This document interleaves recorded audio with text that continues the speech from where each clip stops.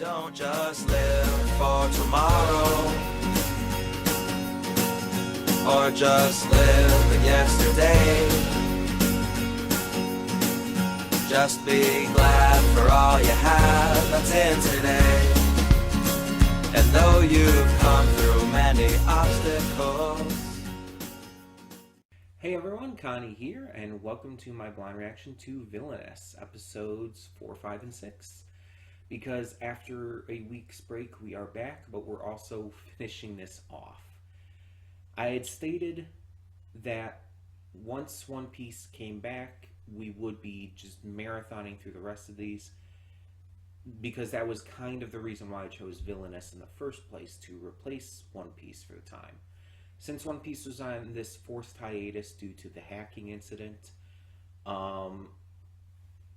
I wanted to get to a series to replace it, so there was something on Mondays. But I needed it to be something that, once we caught up, once One Piece came back, I could just belt out a bunch without having to worry about it.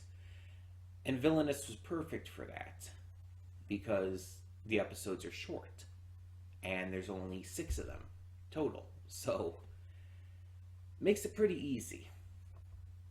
So yeah, we will be getting to the last 3 episodes today, and then next week One Piece returns. It's technically returning this weekend, but I do it on Mondays. So that being said, let me also briefly touch on the specials, the shorts. That's what they're called. My mind was blanking.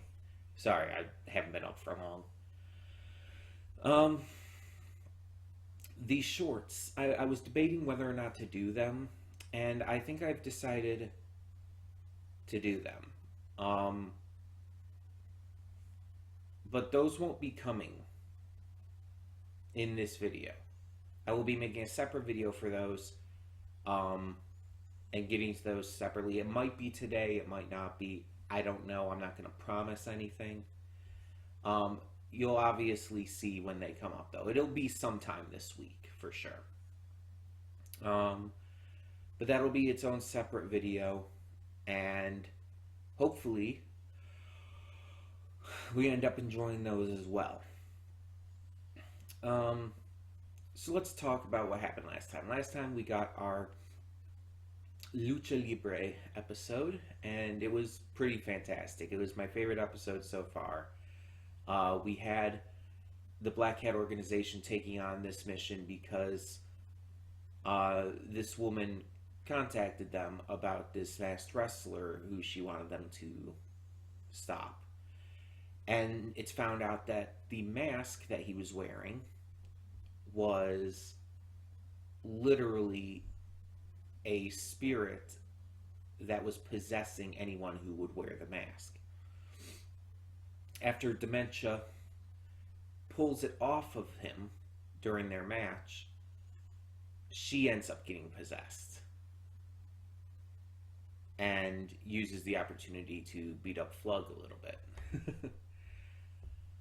But we eventually see that she's able to resist the control of the mask and take it off herself once she hears Black Hat tell her to, because her insane lust for him.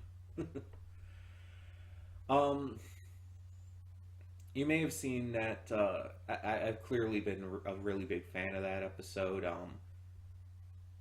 just because you might have seen my drawing I did. I posted on social media. I did a drawing of Dementia in her El Alebrije outfit. And I even shared, I think, another picture of that someone else did in the Discord server. And I think the big thing that caught me up about that outfit and everything last time was the muscle structure that Dementia is shown to have. Because that's the thing. up until this, we've really had no kind of way to tell with her exactly. But this episode actively showed her having muscles, like notable muscles. Not like massive or anything, but I would put them on the same level as someone like Korra from The Legend of Korra. Korra is very much shown to be buff. Like, she is shown in the series to have muscles, even if not every shot accentuates them. It seems to be the same for Dementia here. And I've seen fan art of her in her Elabrihe outfit with notable muscles. And it's great, and I love that. And I talked about it, and just to really put it into perspective once again, the kind of the reason I really do like seeing muscular girls in animation, not just because, you know, I'm attracted to it, but even beyond that, I think a reason I like seeing it is because you don't see it that often. In a lot of animation, you know, like, because it's animation, they have to make the characters, both male and female, and just anyone, look attractive. It's literally something they have to do when designing characters, because the characters have to, you know, capture the attention of the viewer. So they have to make them, to some degree, attractive in their design. And there's this long-standing idea about how to make a female character attractive. And for the most part, that means they can't be overweight, and they can't be muscular, they can't be anything like that. That's why a lot of the times the female characters you see in a lot of animation, especially a lot of animation that's not just, you know, geared towards like little kids and stuff, a lot of them are going to have a very specific figure to them. And they're not going to necessarily be like perfectly curvy and hourglassy, but you get the idea. A lot of them are going to be that body size, that body shape, that general look. Now, there are some cartoons and stuff that do things differently because of, you know, their style. Some cartoons have a certain style where it's like, oh yes, all the characters are like blocky or something. But even in stuff like that, you'll notice certain female characters will still look notably different than other characters in that series. And again, there are exceptions. But still, a lot of more recent cartoons have been subverting this, and been subverting just a lot of these tropes with character body types. There have been a lot more shows that have been showing, like, women who are buff or even overweight, and not just being shown that way to be like punching bags or jokes or one-off characters. Because yeah, you could very commonly find those kind of characters as jokes or one-offs, but like as actual notable characters, you have examples like, well, Korra, but you also have like Carol in OKKO. You have Susan Strong in Adventure Time. Even though she's not a main character, she is a recurring character. And so on and so forth. And it's like, you see these characters, and it's cool to see that this is becoming more common. It's just, it's something we need. Let's be honest. We need not just muscular girls, but girls and guys, and just characters of all shapes and sizes. We need body shapes and sizes to be properly represented, just like we need racial differences to be represented. We need to showcase the diversity of humanity within cartoons that for such a long time was not shown in cartoons. And luckily, we are getting much better at that.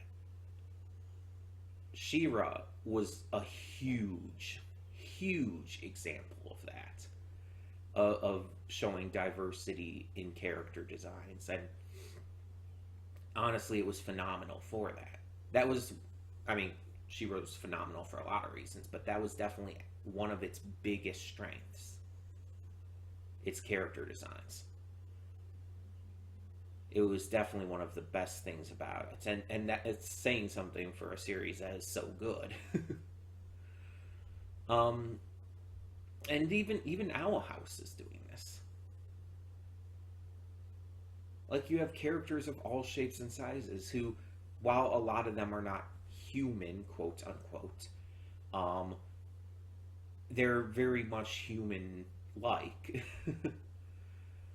And yeah, while our main characters are more or less the same basic shape and size, they're also kids, and we also have other kids who are main supporting characters who have different shapes and sizes, like Willow, for example. And we see many adult characters who look different and whatnot. So it's like, yeah, you get the idea. And we're just starting to see more of that. And that's what's cool about it. So sorry if I went on a little bit of a tangent there about all of that. But that is one of the things that I really liked about the last episode.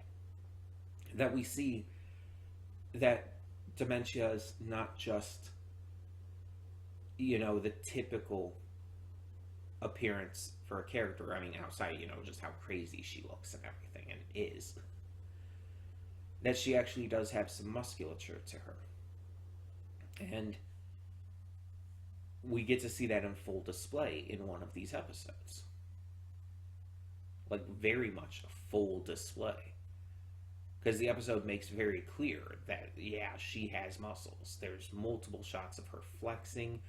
There's a shot where she's holding the other wrestler on her shoulders, and you see the structure of her back muscles and everything, and it's like, it makes it clear. And I like that. And I want to see more of that. And again, not just because I'm attracted to it.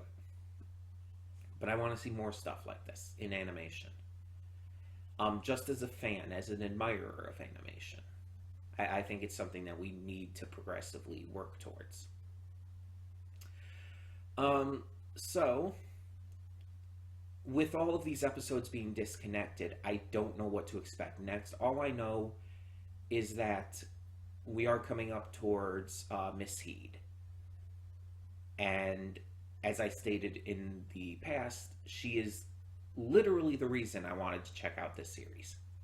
Like, I had very, very briefly heard about it before, but I knew nothing about it, and I really didn't have any interest in checking it out. I just didn't know anything. So then I saw like one or two clips, tiny little small clips, very short, of Miss Heed on YouTube, just scrolling through recommended stuff and just refreshing and checking out things constantly, and eventually I just saw something.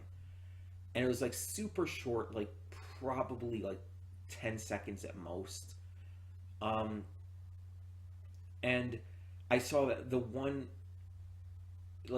or two clips, and it's like, I need to see this series just because of her character. And so knowing that we're finally going to be getting to her in this reaction today is exciting. And I do hope that we get more episodes of this eventually, because I would like to see more. This is a pretty good series, and while we're going to check out the shorts that came before this as well, the series itself, I think, is more polished, probably.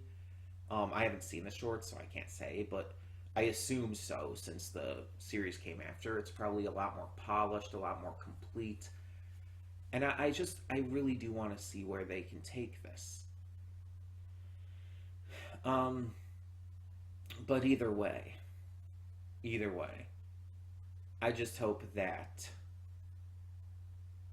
I enjoy these last three episodes as much as I can, and that Miss Heed, when she does arrive, does exceed all of my expectations.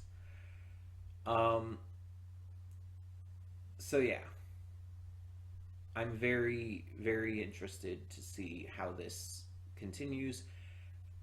Since it is so episodic, I doubt we're gonna have like any kind of conclusiveness to this or anything.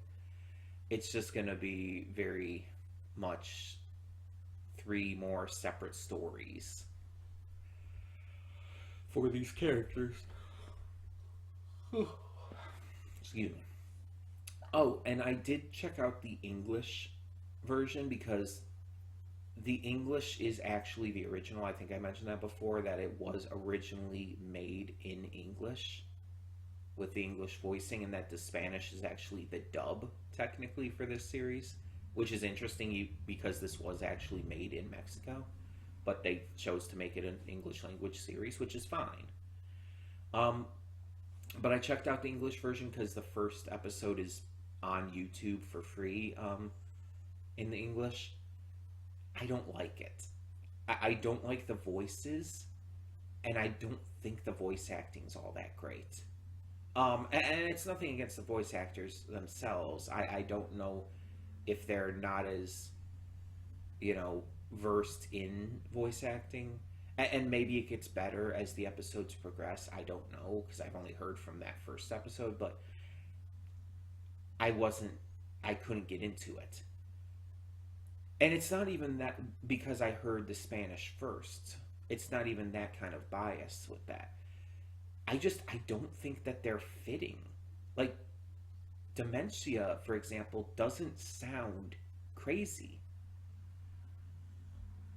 And also, she sounds very muted. Like, she's trying to be, like, the voice actor's trying to be quiet while performing the lines.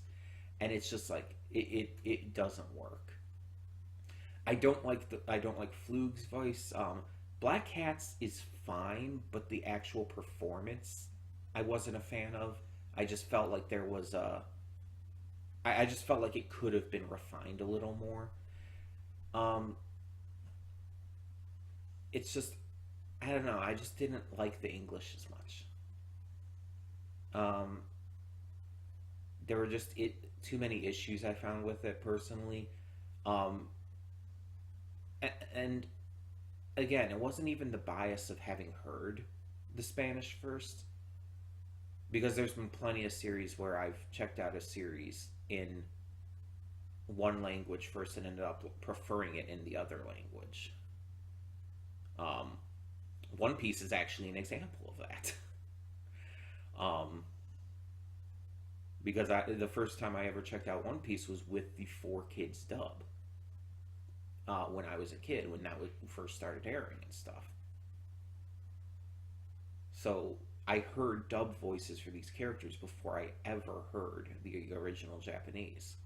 So, to be fair. Though, to be fair, it was also for kids, but still.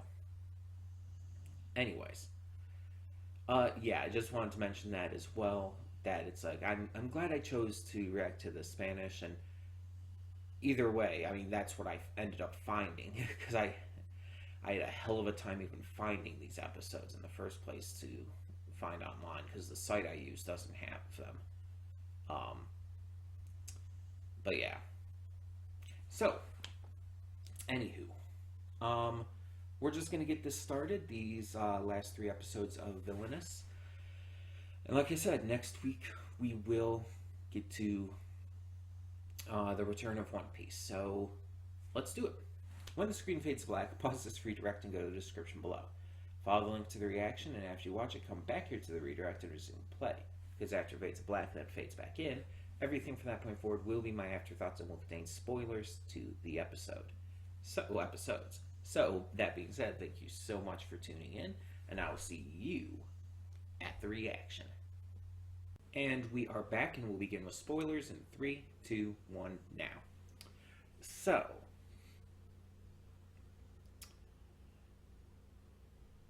I'll talk about this first, but I'll go through the episodes and everything as well. I make it very clear on this channel. Like, I don't hide this fact. When there are characters that I genuinely find attractive or I genuinely really have a thing for. And I think I made it clear. I think I mentioned that that was the reason Miss Heed, when I first saw those like few seconds of clips, was interested in this show. That's what got me interested, because it was Miss Heed, and I think I mentioned it was because of her attractiveness and everything. If I didn't, it was. That's the reason. Because I saw a couple clips, and it was like during the fight and everything, like, you know, where she did the lip bite and everything. It was like a few seconds of that, basically.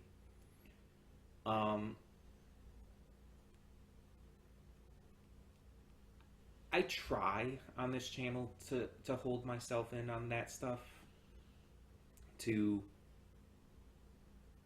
basically to not simp too heavily on camera, because it is one of those things I actually do find embarrassing.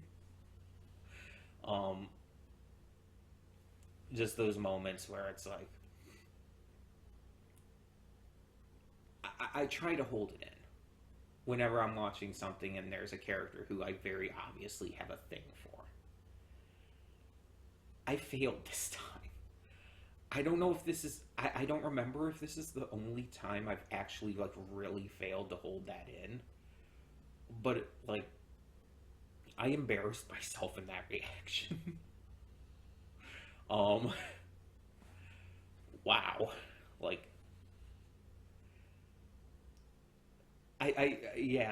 it's pretty obvious I have a huge thing for her. It's very obvious I'm very turned on by her. I'm not going to lie. I'm not going to pretend otherwise. And watching that last episode there, it's like...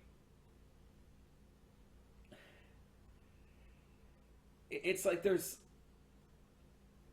almost some things that I feel like would be easier to watch on my own, because then I could just, like, simp in peace without having to worry about it.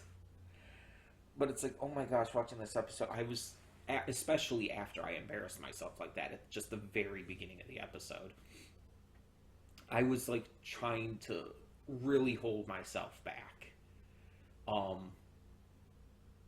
I don't know if it, like, was captured on camera, but I was, like, kind of shifting around a little bit. I don't know if you guys can see that. I don't know exactly how strong those movements were, but it's like, I was... Yeah. I'm not going to apologize for it or anything. It's just... I'm not ashamed of finding a character this attractive. I'm not ashamed of that. But I did want to address this before we got into anything else, just to get it kind of out of the way. It's like, I would not say she's the most attractive character, just thinking, just really thinking about it. I would not say she's the most attractive character I've seen in an animation.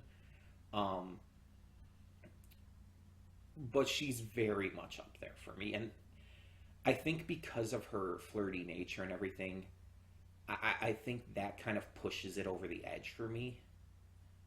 In a way where it's like, just on pure attractiveness, she's very hot. But there are hotter characters. But it's the personality as well that just, like, really grips me. She is excessively flirtatious. And again, I'll get to more of that when we get to that episode, talking about that episode. But I did just want to explain my squeak, I guess you could call it. Like, my voice cracked hard when she appeared. Um, and again, I don't apologize for it, because I don't think that there's anything wrong with someone simping for a character that they find very attractive, but still.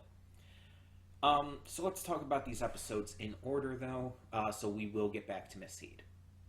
So episode 4, our villains are contracted by a virus, of all things, a living sentient computer virus, and they have to go to this satellite in space to basically help the virus achieve its goals while fending off any heroes that try to stop. And most notably, the hero that they're dealing with this time is Commander Airlock.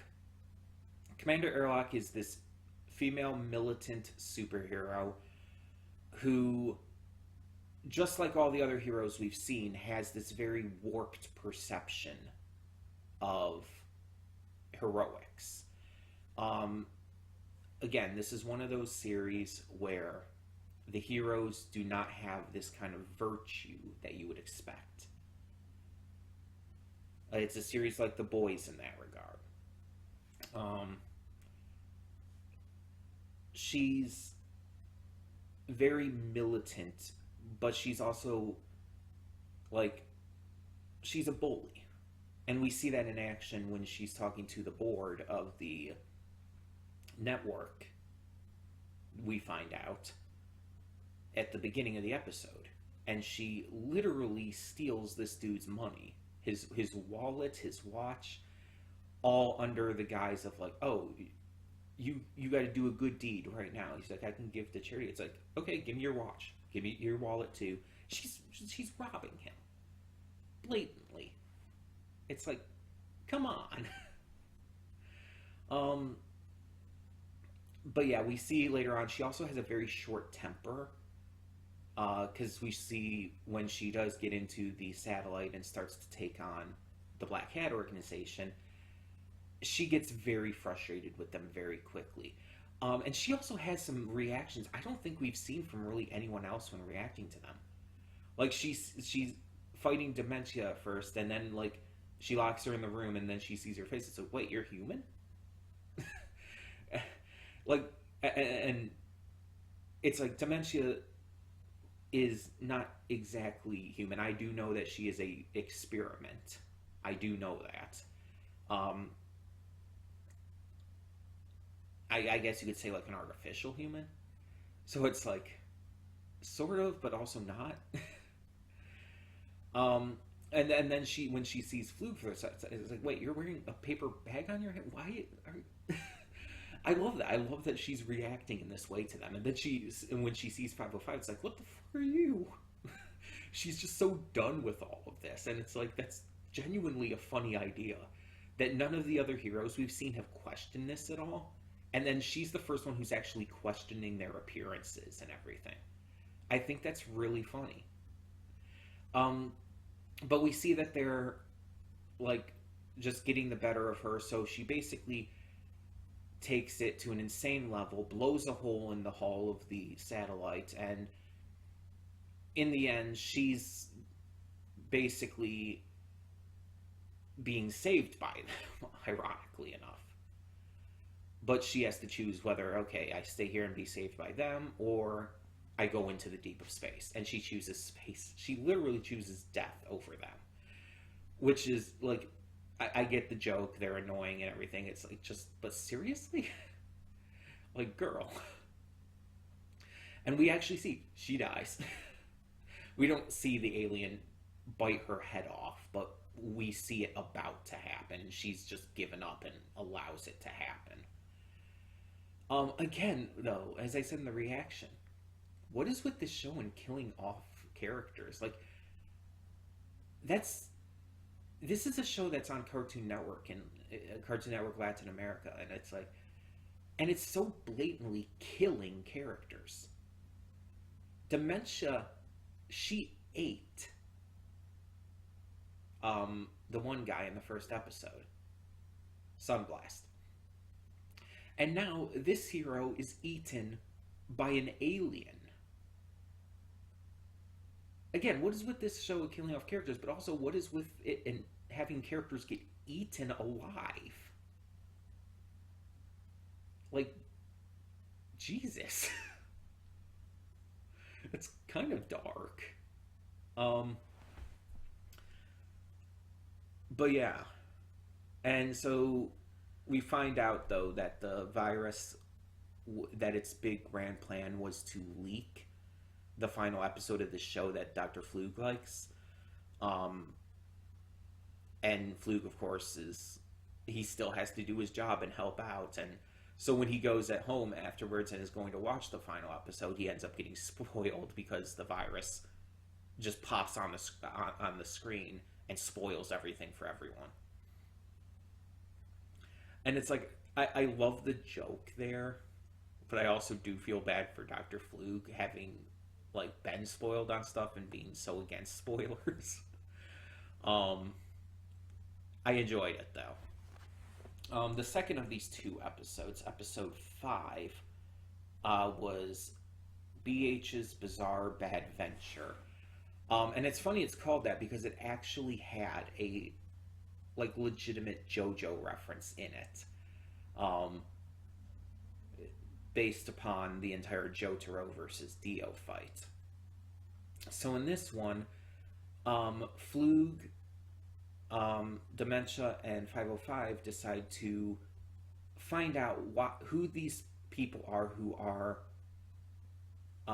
impersonating them. Because there are some people who are impersonating them and taking credit for things that they would do, but they have not taken on these jobs. So they're trying to figure out what's going on while Black Cat himself is off on a lunch break or whatever. Apparently going to eat a puppy, because of course he is. And so they end up finding out that these impersonators are like literally impersonating them. And they're impersonating them but buffer. That's literally the joke. It's them but buff. And it's the entire Black Hat organization. There's a buff version of all 4 of them. Of Black Hat, of Dementia, of 505, and of Flug. And really the only thing they have going for them is their strength. That's the entire deal with it. So we have to see our villains take on the impersonators. And at first they try to take on the ones that are the same as them, even though Dementia for some reason thinks her impersonator is 505. Is impersonating 505, and it's like, what? I know Dementia's not the smartest, but what? I guess she just doesn't want to acknowledge that that's her, maybe? But, also 505 doesn't really have an impersonator, it's just a cactus. But yeah, so they're all trying to take on their respective impersonators, but it's not working out. So they end up realizing they need to take on each other's. Well, they don't really realize it, it just kind of ends up happening. And they manage to defeat them without too much trouble. And yeah, they win. Probably the best part of this episode was the fact that even though he's not actually Black Hat, Dementia was lusting after the impersonator of Black Hat. I think he just called himself Black Hot, which is, oh my god. But the fact that even though it wasn't him, just because he looked like him, kind of, and was extremely buff, Dementia was so fucking horny for him. Dementia in this episode was me with Missy. Like, very much so. Like, just that level of lusting. She was hot for him, though, for sure. Which is really interesting. It kind of makes me wonder, is Dementia's love for Black Hat just based on his appearance? Because I thought there was a lot more to it. I thought that it was based on personality and even his evil actions and stuff as well.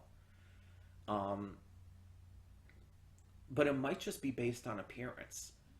And I guess, or at least largely based on appearance. And I guess maybe just seeing this buff version of him, it's like maybe her dream version of him in a way. It's a really interesting concept to think about.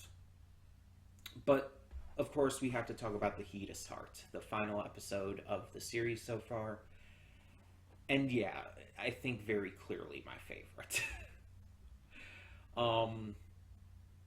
But not only because of my rampant horniness for Miss Heed. This episode is my favorite because it was the first episode that felt like it was going to be doing something with this story.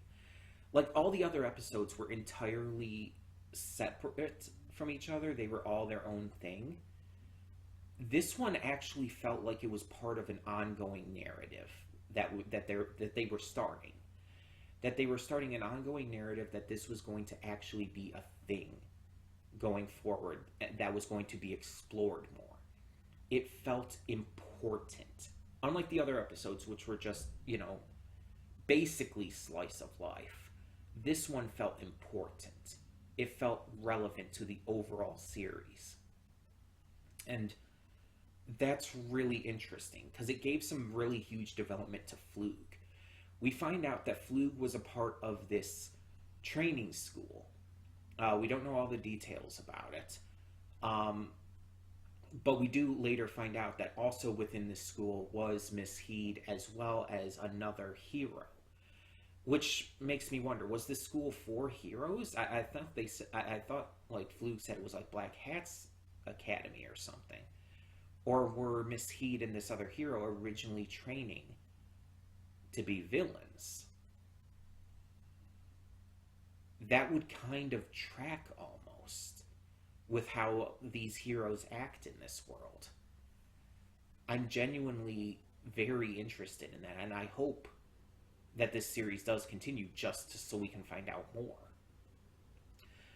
But we see this episode does have a cold open where we see Miss Heed and her army of, they call them zombies in this, so I'll just say zombies, these love zombies, taking over two more villains. We later see one of the villains go to the Black Hat organization, and I did not even connect to that he would still be under her control there. He hires them to go to this city, and he's even going to help them sneak in to be able to take on Miss Heed and everything. But when they get there, it's realized that it's a trap, and that Miss Heed was having him bring them to her, specifically Flug, because of their history together. And she seems to actually have a thing for him. She actually, I think, loves him. And I'll get to that more in a bit. So they get there, and we start this basically brawl things going on. Dementia's fighting everyone, but Miss Heed uses her abilities to take over Flug and have him fight for her. Eventually, her and her love zombies win, and they just win. Dementia and 505 are defeated. Flug is under her control. And we find out that she's planning on trying to get to the other hero. I can't think of his name at the moment. But trying to get to him using Flug as well and everything. And Flug seems to think that this means that she's just using him to get to the other hero. I don't think that's actually what's happening, because I do think that she does genuinely love Flug. I think that she just wants to get that other hero under her control as well. Because, like the other heroes in this series, Miss Heed is corrupt as fuck. She is so obsessed with attention and love and, being showered with praise and everything that she basically wants to get everyone under her control. She wants everyone to be a love slave for her. And that's kind of all that really matters to her in that regard. So she does end up getting defeated, though, because Flug snaps out of it. He ends up meeting up with Dementia and 505, and they do manage to stop her by tricking her into revealing her intentions with all of the others who are under her control. They break them out of the spell and are able to stop it all. So, yeah. She is defeated, and we find out with this little scene at the end, we find out their names. Dr. Flug is Kenny, and she is Cecilia. That they do have a very strong history, and we get hints at more to come. And it's like, this is good. This is the shit I want to see. This is progressive storytelling that is giving us depth to these characters. I love this. And we get to see Miss Heat out of her hero outfit and everything, and kind of desperate. She's desperate for attention. She's really legitimately like freaked out by the fact that she's not getting this attention, especially from Flug. And it's like, there's a lot there. And I really want them to continue this series just so they can go more into that. I want to know more. Like, even outside of, again, the horniness I have for the character, I'm genuinely fascinated by what this episode did for not only her, but Flug and everyone. I just think that this episode really just elevated this series. And it just sucks that it's the last one for now. So, tell me in the comments below, what did you think of these final 3 episodes of Villainous? And what do you think of Miss Heed? Do you find her as unwaveringly attractive as I do? And do you find her as fascinating of a character as I do? Let me know down below. And thank you so much for tuning in. Like I said, we will get to the shorts as well sometime this week. Maybe they'll be up today as well. I mean, obviously you'll see. Maybe it'll be a little longer, but sometime this week. Either way, thank you so much for tuning in. And for now, yeah, I'm Connie and I'm signing off. See y'all next time.